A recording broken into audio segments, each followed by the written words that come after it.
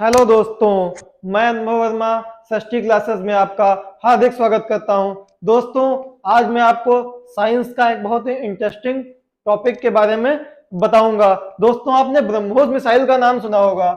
BrahMos missile का नाम, और आपने सुना होगा कि ये भारत की सुपरसोनिक मिसाइल है, या अभी आपने सुना होगा ब्रह्मोस 2.0 भारत की हाइपरसोनिक मिसाइल है, या भी रशिया ने सरमन मिसाइल का प्रक्षेपण किया है, या अमेरिका ने भी अभी किया है, और चाइना भी जो है, चाइना ने भी अभी जल्द में ही हाइपरसोनिक मिसाइल्स का प्रक्षेपण किया है। तो दोस्तों, ये चीज मतलब मैं आपको बताना चाहता हूं कि ये सुपरसोनिक हाइपरसोनिक ये है क्या। बहुत लोग कंफ्यूजन में रहते हैं कि सुपरसोनिक वो पढ़ तो लेते हैं, भाई चाइना ने सुपरसोनिक मिसाइल का परीक्षण किया या भारत ने ब्रह्मोस 2.0 सुपरसोनिक मिसाइल का परीक्षण किया, लेकिन उनको ये पता नहीं होता है कि सुपरसोनिक मिसाइल है क्या। तो दोस्तों, सुपरसोनिक टर्म को समझने के लिए या हाइपरसोनिक टर्म को समझने के लिए दोस्तों, पहले हमें कुछ साइंस के बेसिक कॉन्सेप्ट्स को समझना होगा।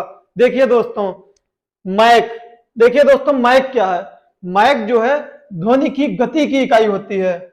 मैक ध्वनि की गति की इकाई होती है, और एक मैक हवा में ध्वनि की गति के बराबर है। ये दोस्तों पॉइंट आप लोग स्मरण रखिएगा कि एक मैक जो है वो हवा में ध्वनि की गति के बराबर है। जब भी हवा में ध्वनि की गति की बात आएगी तो हम इकाई जो यूज करेंगे उसका नाम होगा मैक। ठीक है, अब देख लीजिए हवा में ध्वनि की गति होती कितनी है। हवा में ध्वनि की गति जो है वो 332 मीटर पर सेकंड है। अब दोस्तों, जब इसको किलोमीटर पर आवर्स में चेंज करेंगे तो 1195 किलोमीटर पर आवर्स ये आएगा।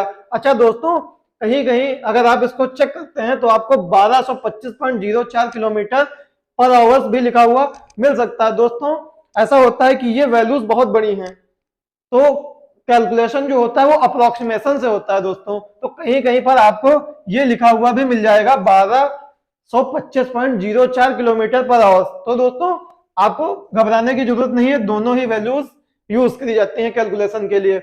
अच्छा दोस्तों, जब किलोमीटर पर आवर्स को हम जब माइल्स में चेंज करेंगे तो ये 717 माइल्स पर आवर्स हो जाएगा, और अगर हम 1225.04 ये वैल्यू लेते हैं तो ये 761.21 माइल्स पर आवर बन जाता है। अब देखिए 761.21 को अप्रोक्सीमेटली हम क्या लिख सकते हैं, लगभग 760 मीटर पर आवर्स के बराबर, माइल्स पर आवर्स के बराबर देखिए हम लिख सकते हैं। देखिए यहां से सीधी सीधी एक बात निकल के आ रही है जो आपको याद रखनी है सीधे, कि एक मैक जो है 332 मीटर पर सेकंड के बराबर होता है। ये वन डे एग्जाम्स या जितने भी हमारे देश के एग्जाम्स होते हैं उसमें ये क्वेश्चन सीधे आता है कि मैक, एक मैक किसके बराबर होता है, या हवा में ध्वनि की गति कितनी होती है। तो दोनों चीजों का आंसर एक ही है, हवा में ध्वनि की गति 332 मीटर पर सेकंड है, और मैक जो है वो हवा में ध्वनि की गति के बराबर ही होता है, अर्थात एक मैक 332 मीटर पर सेकंड के बराबर होता है। दोस्तों, आप देख लीजिए दोस्तों, मैक नंबर क्या है। देखिए मैक नंबर एक प्रकार का रेशियो है, इसको हिंदी में हम अनुपात या निष्पत्ति बोल सकते हैं। और दोस्तों, जितने भी अनुपात होते हैं इनका कोई मात्रक नहीं होता है। दोस्तों, ये सब क्या है, इनका कोई मात्रक नहीं है, ये सब एब्सोल्यूट वैल्यू नहीं है, ये सब जो है सापेक्षिक मान है। ठीक है, इसीलिए इनका कोई अनुपात का कोई मात्रक नहीं होता है। दोस्तों, अनुपात को हम निष्पत्ति भी बोलते हैं हिंदी में। ठीक है दोस्तों, अब देखिए मैक नंबर का फॉर्मूला होता है ऑब्जेक्ट स्पीड। ऑब्जेक्ट की स्पीड एयर में, और साउंड की स्पीड भी एयर में। अब दोस्तों देखिए, साउंड की जो एयर में स्पीड है, हवा में ध्वनि की गति 332 मीटर पर सेकंड होती है। अगर ऑब्जेक्ट की एयर में स्पीड हमें पता हो तो हम मैक नंबर बड़ी आसानी से देखिए इस फार्मूले का यूज करके निकाल सकते हैं। दोस्तों, बहुत ही सिंपल कॉन्सेप्ट है ये, लेकिन होता क्या है, हम लोग ये चीजें पढ़ तो लेते हैं हाइपरसोनिक सुपरसोनिक, लेकिन इसके बारे में हमें उतनी जानकारी नहीं होती है। दोस्तों, आगे देखिए दोस्तों, अब हम आपको सुपरसोनिक और हाइपरसोनिक के बारे में बताते हैं। दोस्तों देखिए, सबसोनिक क्या होता है। देखिए सबसोनिक का मतलब ये होता है जहां पर मैक नंबर 1 से कम आएगा। कहने का मतलब है वो ऑब्जेक्ट सबसोनिक ऑब्जेक्ट्स कहलाएंगे जिनका मैक नंबर 1 से कम होगा, अर्थात उनकी हवा में जो गति होगी वो ध्वनि की गति से कम होगी, क्योंकि हवा में जो ध्वनि की गति है वो 1 मैक के बराबर होती है, और चूंकि यहाँ पे मैक नंबर 1 से कम आ रहा है तो इन ऑब्जेक्ट्स की स्पीड जो है हवा में ध्वनि की गति से कम होती है। और ये वो जो सेकंड वर्ल्ड वॉर था उस समय ये सबसोनिक ऑब्जेक्ट्स यूज किए जाते थे। अब ये बहुत पुराना कॉन्सेप्ट हो चुका है सबसोनिक का। आज का जो जमाना है वो सुपरसोनिक और हाइपरसोनिक का चल रहा है। दोस्तों देखिए दूसरा क्या होता है, ट्रांसोनिक। यहाँ पे देखिए दोस्तों मैक नंबर 1 के बराबर है। तो ट्रांसोनिक ऑब्जेक्ट किसको कहेंगे, जिन ऑब्जेक्ट्स का मैक नंबर 1 होगा, अर्थात जो ऑब्जेक्ट्स हवा में ध्वनि की गति से चलेंगे उन ऑब्जेक्ट्स को हम ट्रांसोनिक ऑब्जेक्ट्स कहेंगे। ठीक है दोस्तों, अब हम अपने टॉपिक की ओर आते हैं, सुपरसोनिक की ओर। देखिए दोस्तों ध्यान से इसको, सुपरसोनिक में मैक नंबर जो हो 1 से बड़ा होगा लेकिन 5 तक होगा, 5 से बड़ा नहीं होगा। यानी कि सुपरसोनिक में जो मैक नंबर है वो 1 से 1, 2, 3, 4 या 5 तक हो सकता है। 1 से बड़ा और 5 से बराबर, इससे बड़ा नहीं होगा मैक नंबर। मतलब कहने का मतलब है अगर 1 से बड़ा ही होगा यानी कि 1 को हम नहीं लेंगे, 2, 3, 4, 5 को लेंगे। अब आपने सुना होगा जो ब्रह्मोस मिसाइल थी, खाली ब्रह्मोस मिसाइल, इसका मैक नंबर 3 के बराबर था। कहने का मतलब है ये हवा में ध्वनि की गति से 3 गुनी गति से चल सकती थी।